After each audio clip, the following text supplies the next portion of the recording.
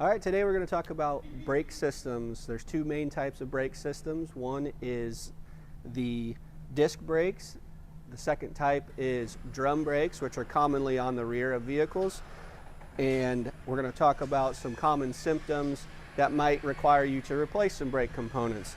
So the two types of symptoms that you're going to get most commonly with brake systems are going to be a vibration, or you're going to get noise. Generally, vibrations are most commonly associated with the brake rotor, which is a warping or a hot spot on the rotor that causes vibration as you come to a stop. So if you feel pulsation in the steering wheel, generally that's associated with the front brakes.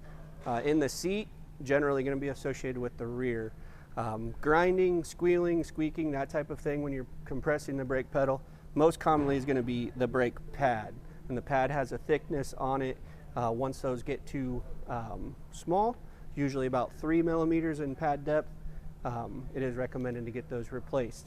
Waiting too long on a pad replacement can damage the rotor and possibly the caliper as well, and you could have bigger issues. So definitely get those pads replaced when they're recommended.